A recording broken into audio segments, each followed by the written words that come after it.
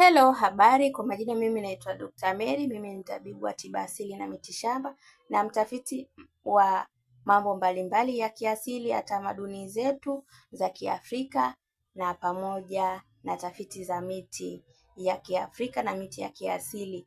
Karibu sana katika hii video. Kama wewe ni mgeni na umefuatilia madarasa yangu, hujasubscribe na kuomba subscribe, bonyeza alama ya kengele ili uweze kupata video zangu kwa urahisi na kujifunza mambo ya kiasili na ya kiroho katika chaneli hii. Mpendwa mtazamaji wangu, naenda kukuonyesha kitu kizuri unachokiona. Huu hapa unaoona katika hii video ni mtama.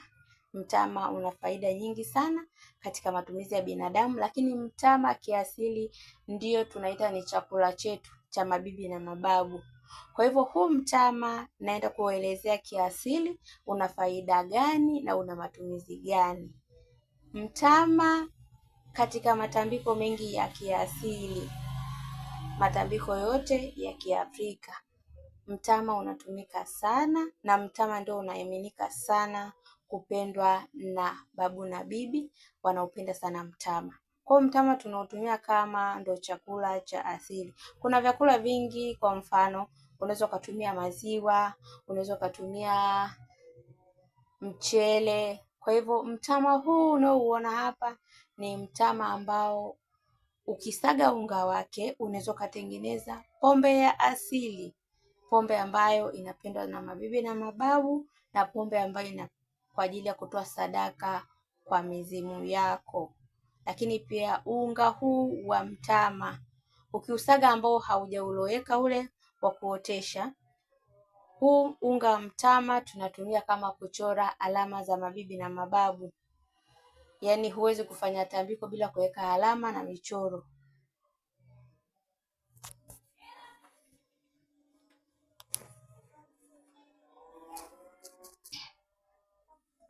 Kwa hivyo huu hapa mtama unatumika katika kutengeneza alama au ishara, kuweka alama kama ishara. Kwa hivyo mtama unga wake unatumika katika matumizi ambayo nimekuelekeza. Na pia mtama huu wengi wanatumia kama ugali. Kwa hiyo mtama unatumika vitu vingi sana vya kiasili na vya kiroho katika kutengeneza asili iweze kukaa vizuri. Kwa wale ambao wanahitaji matambiko, basi mtama ndo chakula kizuri au nafaka nzuri ya kuandaa kwa wazee wako kwa ajili ya kuhitimisha sadaka yako, ukiambatanisha na asali pamoja na maziwa pamoja na nyama. Kwa hiyo hivi ni mojawapo wa vifaa vya kimila, vifaa vya sadaka katika matambiko ya Kiafrika, na matambiko mengi yanafanywa hivyo. Iwe ni matambiko ya kabila fulani wanatambika hivi, basi lazima mtama uwepo. Kwa mtama ni kiunganishi cha sadaka, ni kifaa au ni nafaka ya sadaka katika asili yako. Kwa hiyo unachotakiwa kufanya, mtama utanunua mtama wako, utakuja kusafisha, kuosha na kuuloweka siku 2. Siku ya 3 utautoa katika maji, utachuruzisha maji yake na utaweka kwenye chombo kisafi cha plastiki, kama ni ndoo au kama ni beseni dogo, utaweka katika beseni, utafunika juu. Kwa hivyo ndani ya siku 3 huo mtama wako utakuwa umetengeneza, umeota. Ukishaota mtama wako unatakiwa uanike juani ukauke kabisa. Basi huo mtama wako utakuwa unatumia katika kutengeneza unga. Utakuwa unasaga unga kwa ajili ya kutengeneza pombe ya asili ya mabibi na mababu, na utakuwa unawakaribisha. Kwa sababu ukifanya tambiko sio mpaka uende sijui wapi. Hata hapo nyumbani kwako unaweza ukafanya tambiko dogo la kutoa sadaka ndogo tu, kama ni pombe unawatengenezea. Lakini pia kama wengi ambao wanatumia mtama, tunatengenezea pamoja na, kama huna pumba za mahindi, basi unaweza ukatengenezea kwa kutumia kulingana na asili yako wewe, ambao kwenu mnatumia kitu gani kutengenezea pombe. Utaiandaa jinsi unavyoweza wewe kulingana na mafunzo ya kwenu. au na mafunzo ya asili yako. Ukishamaliza kuiandaa kulingana na mila zenu na taratibu za kwenu, pombe yako utakuwa unaitumia kutoa sadaka kwenye asili. Hakikisha pombe yako unaiweka kwenye chombo cha asili, chombo ambacho sio plastiki wala cha chuma. Unaweka kwenye vile vyombo vya zamani, vyombo vya watu wanaita mamung'unya, yale maboga fulani ambayo ukishalila linaacha nani yake, ganda lake linakuwa gumu. Kwa hivyo ndo vifaa ambavyo unatakiwa uwe navyo, aina mbili za vifaa, ambapo utaweka katika vifaa viwili na kukaribisha asili yako na kuiweka pombe hiyo asali. Utaweka asali, lakini pia utawakaribisha, watakuja, watakunywa, na wewe hiyo pombe yako utainywa yote iishe. Kwa hivyo ndivyo namna ya kufungua asili na kukaribisha mizimu ya asili yako na kuiburudisha. Kabla hujafanya tambiko kubwa labda la kutoa sadaka ya mnyama, basi unaweza ukawa unawakaribisha, hicho ndo chakula chao, unawekea maziwa.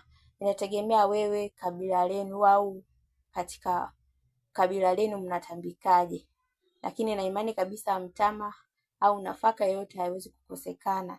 Kama sio mtama, basi unaweza kutengeneza ulezi. Kama sio ulezi, basi unaweza kutengeneza uwele. Kwa hiyo nafaka yoyote ndogo ndogo hii haiwezi kukosekana katika tambiko lako ambalo utalifanya, na asali haiwezi kukosekana kabisa, na pamoja na maziwa. Kwa hivyo mpendwa mtazamaji wangu, haya ni mafunzo maalumu kwa wale wanahitaji matambiko. Nimeelezea mtama vizuri kabisa. Kwa hivyo unaweza ukautengeneza tambiko lako na ukalibariki na ukatoa sadaka, lakini hakikisha sehemu ambayo unafanyia tambiko ni sehemu ambayo chumba ambacho hakina kelele, chumba ambacho hakina vitu vingi, makorokoro mengi, chumba ambacho kisafi, kiko vizuri, ndio utafanyia tambiko lako, mpendwa mtazamaji wangu. Kwa hivyo karibu sana ujifunze. Hii ndiyo asili yetu, sisi tunafanya hivi kila mara, na ndio maana asili inatulinda na kutupa mafanikio. Mpendwa mtazamaji, wewe ambao unahitaji usaidizi katika mambo ya kiroho, mambo ya matambiko, mambo ya mafanikio, mambo ya ndagu, utajiri na kila kitu unachokihitaji katika huu ulimwengu, haijalishi una mali au hauna mali, tunatoa mafunzo ya bure, tunatoa elimu ya bure na maelekezo ya bure kwa ajili ya kuinua asili yetu, kuinua imani yetu ya asili iweze kutusaidia changamoto ambazo tunazipitia. Kwa hiyo nakukaribisha sana ofisini kwetu, lakini tunazo dawa kama unavyoziona hizi ambazo zinawasaidia watu wengi sana, zimeweza kuleta matokeo mazuri na mafanikio makubwa kwa watu. Karibu sana na uweze kujipatia hizi dawa. Mpendwa mtazamaji wangu, na kuomba ushare hii video, subscribe, toa maoni kwa hii darasa ambalo nimekufundisha, umefaidika nalo vipi? Kwa hivyo mpendwa mtazamaji wangu, tutaendelea kujifunza darasa lingine tukijaliwa.